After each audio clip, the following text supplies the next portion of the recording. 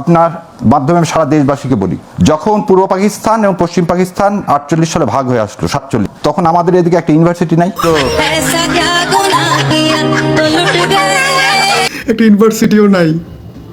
ঢাকা বিশ্ববিদ্যালয় প্রতিষ্ঠা হয়েছে কত সালে? হায় আল্লাহ। ভারত পাকিস্তান ভাগ হওয়ার প্রায় 27 বছর আগে, নাকি ভুল বলছি? এটাও যদি পাকিস্তান প্রতিষ্ঠা করে থাকে, ঢাকা ভার্সিটির প্রথম ভিসির নাম কি? ফিলিপ, তোর কাক্কু। সে কি পাকিস্তানি ছিল?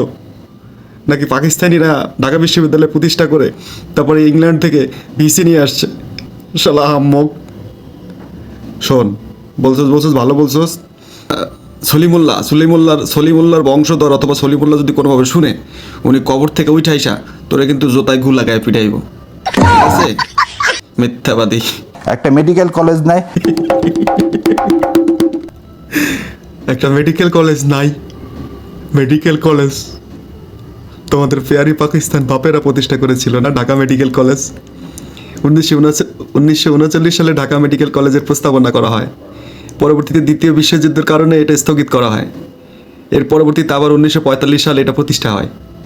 একটা থাবল লাগাতো আরে।